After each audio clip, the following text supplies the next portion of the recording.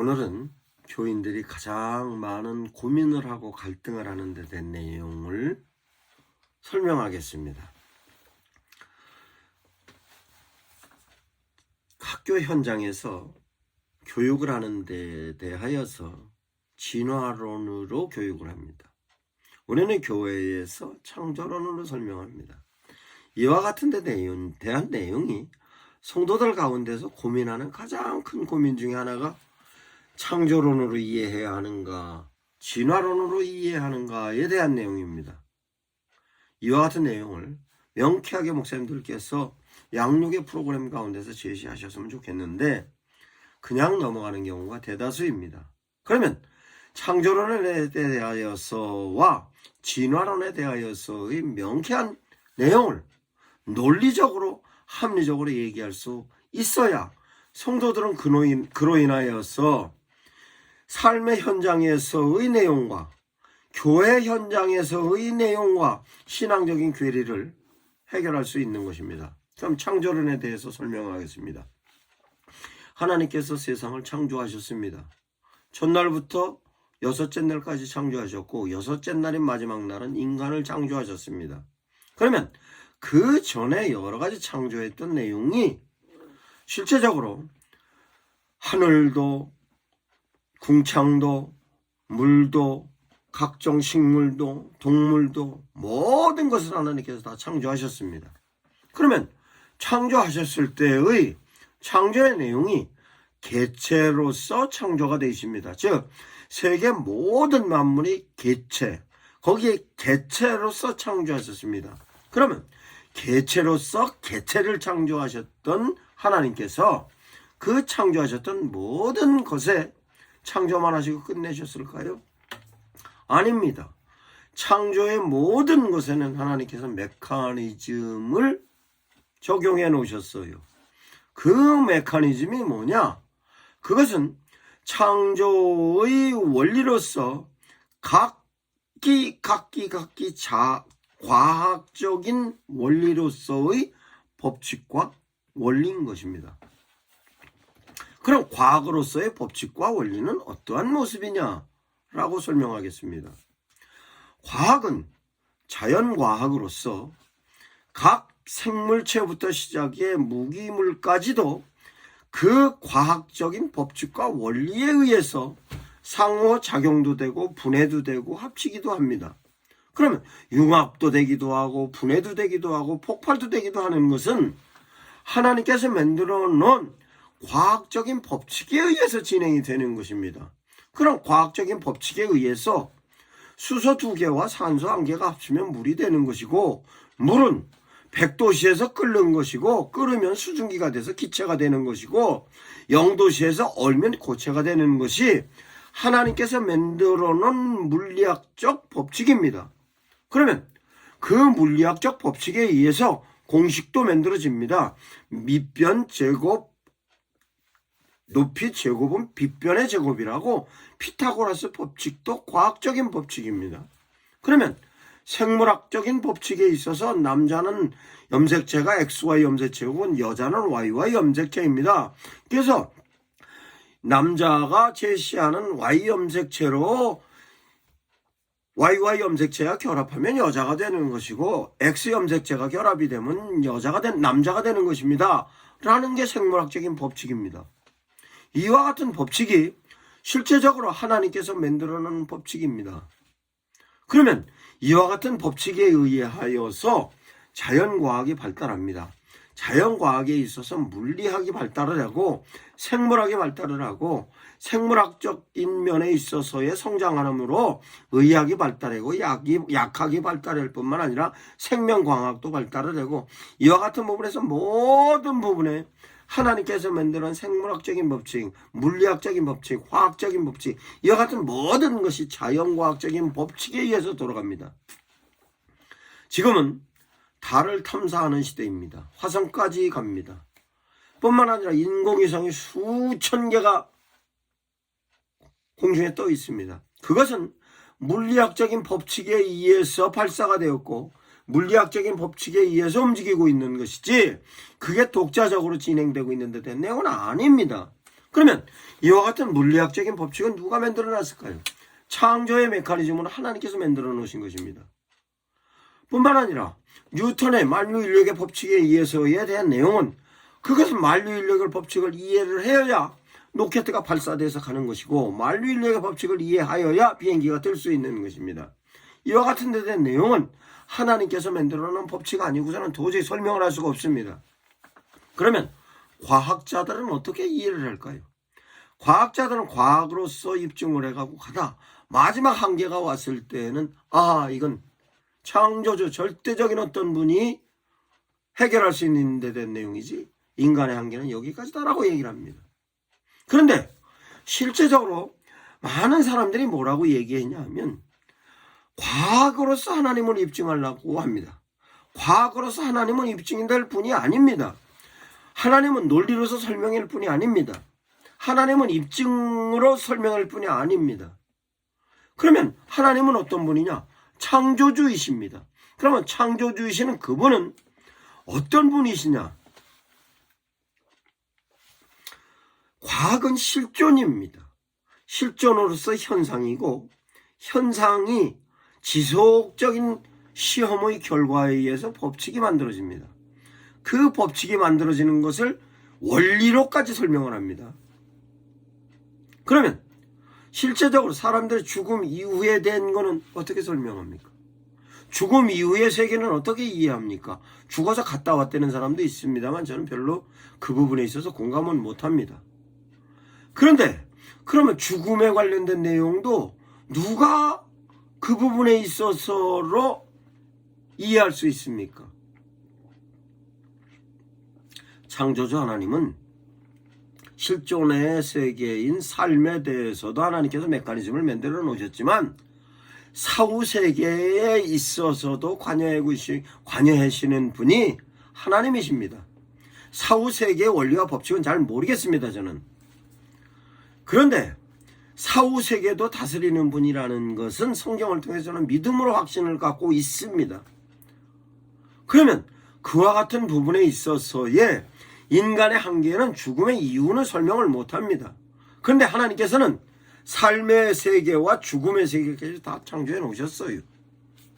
그 죽음의 세계에 관련된 내용이 하나님께서 말씀을 통하여서 살아서 주 그리스도를 구주로 섬기는 사람은 죽지 않는다 하였고 죽었던 사람도 살아난다 하는 것으로 성경에 써 있습니다. 이건 믿음의 대상입니다. 이건 믿음의 내용입니다. 그래서 믿어서 가는 것입니다. 그러면 이와 같은 부분에 있어서의 진화론과의 연계돼서 설명을 하자면 진화론은 분명히 진화론은 맞습니다. 그러나 애초에 첫 단계의 진화론은 창조 이후부터라고 설명을 해야 맞습니다. 왜냐? 진화론의 첫 번째는 작은 세포로부터 출발한다 그래서 아메바라든가 등등등등 단세포로서 출발을 해서 지금 우리까지 왔습니다 라고 얘기하고 있습니다만 이 이론은 맞지 않습니다. 그러면 진화가 되고 있으면 진화의 중간 개체가 진화론 가운데 생물학적으로 설명을 해야 되는데 그런 건 없습니다. 예를 들어서 이런 경우입니다. 당나귀와 말이 가운데서 노새가 생깁니다. 근데 노새는 새끼를 못 낳습니다. 임신이 안 됩니다. 이와 같이 중간 개체는 없습니다. 그러면 실제적으로 진화에 대한 내용은 어떻게 진화가 되고 있느냐? 단일 개체로서 진화가 됩니다. 즉 종으로서는 진화가 됩니다. 그 종으로서의 진화가 되는 데 대한 내용은 그 종을 통하여서 끊임없이 진화론적인 부분으로 꽃이 점점 더 커질 수도 있고 뿐만 아니라 동물도 점점 키울 수도 있고에 관련된 내용으로 유전적인 면에 있어서 유전자 변형을 통하여서 변화를 시키고 진화를 시키는 것이지 실제적으로 종이 종으로 옮겨가는 것은 어떤 경우도 없습니다. 그러면 이와 같은 부분이 과학적으로 실제적으로 지금까지 화석을 통해서 중간종은 없는다는 것을 과학자들이 얘기하고 있습니다. 그러면 진화에 관련된 것은 종의 내적인 부분에 있어서의 진화지 실제적으로 종을 넘어선 진화는 없다는 것이 지금까지 과학의 이론입니다. 그러면 진화는 됩니다. 진화는 되는데 저는 진화론 이 내용을 가장 합리적인 얘기로 저는 점진적 창조론이라고 설명을 하고 싶습니다만 그 부분으로서 그 내용을 갖고 혹이 문제가 될 소지가 있어서 구분을 합니다만 저는 분명히 말할 수 있습니다. 진화론 진화됩니다. 그러나 그 진화론의 한계는 종의 내에서 이 진화지 종을 넘어선 진화는 없습니다. 그럼 다시 창조론으로 들어가서 하나님의 메시지에 관련된 내용으로 다시 설명을 하자면 하나님께서 인간들을 향하여서 제시하였던 모든 은총과 은혜는 인간이 이해할 수 있는 부분으로서는 과학으로 설명을 할 수 있고 그 과학적인 부분은 자연과학뿐만 아니라 사회과학에 있어서도 진화를 하고 있습니다. 그 사회과학에 있어서의 진화는 자연과학에 있어서의 진화는 개체 종이 바뀌는 것이 아니라 종 내에 따른 진화고 사회과학적인 면에 있어서도 진화는 행정학이 발전하고 있습니다. 법학이 발전하고 있고 뿐만 아니라 사회학이 발전하고 있으며 인문학적인 면에 있어서도 과학은 발전하고 있습니다.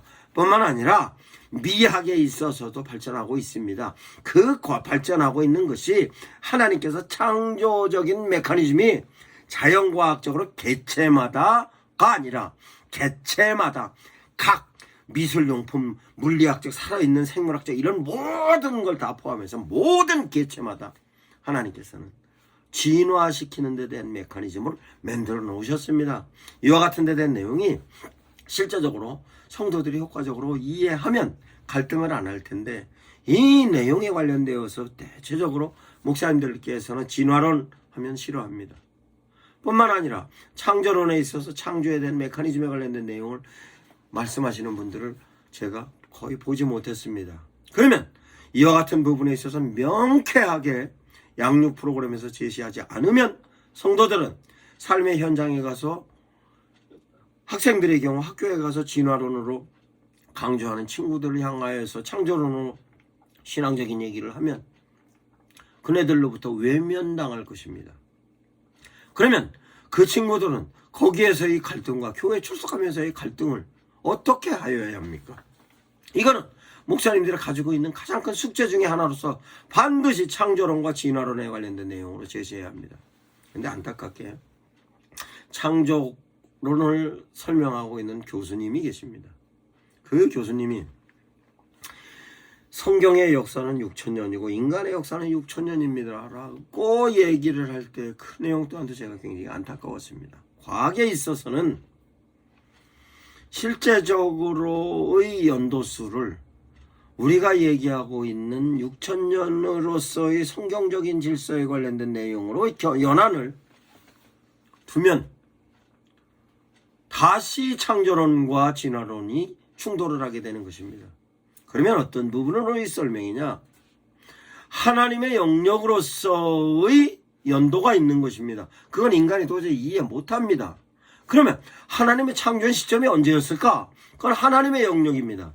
이 영역을 과학적으로 입증하는 것으로 몇 억 년이 될지 몇 백만 년이 될지 몇 천만 년이 될지에 대한 내용으로 설명을 하는데 그 내용을 논리로다가 정리를 해재면 못합니다. 그러면 창조론에 관련된 내용으로서는 하나님의 영역으로 두면 인간이 기록되어져 있는 역사로서의 기록부터 인간이 이해할 수 있는 시점인 것입니다. 그 시점이 6,000년이지 하나님의 창조는요. 그 이전에 하나님의 영역으로서 하나님의 기한이 있던 것입니다. 그러면 실제적으로 성경이 기록되었을 때의 그 주변의 문화, 4대 문명으로서의 문화, 그 모든 문명은 기록될 때의 문화입니다. 그 기록될 때의 문화 이전은 하나님의 영역으로 인간들이 그 하나님의 메커니즘에 의해서 살아왔던 데 대한 내용으로서 기록이 안 된 역사가 기록된 역사보다 훨씬 깁니다. 이와 같은 데 대한 내용을 창조론으로 하나님은 우리를 창조하신 창조주이시고 그분은 전지전능하신 분이다 라고 설명할 수 있는 것입니다. 또한 실제적으로 현장에서 이와 같은 데 대한 내용을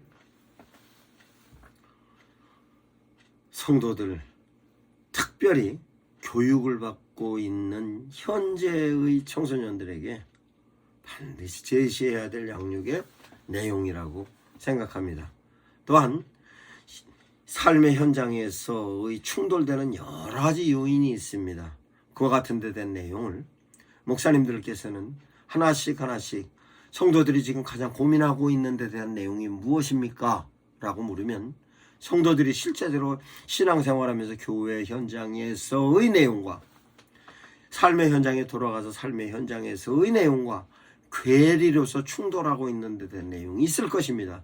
그것이 무엇인지 빨리 발췌해서 그 내용을 목사님들께서 그네들을 향하여서 갈등하지 않을 정도의 논리적인 내용으로 제시를 해 주어야 하는 것이 목사님의 양육의 역할 가운데 내용으로서의 역할이 아닌가 생각합니다. 유튜브에 이와 같은 내용을 자료로 많이 올려놨습니다. 목사님들께서 활용해 보시기 바랍니다. 미션 아카데미 대표 전원균 목사입니다.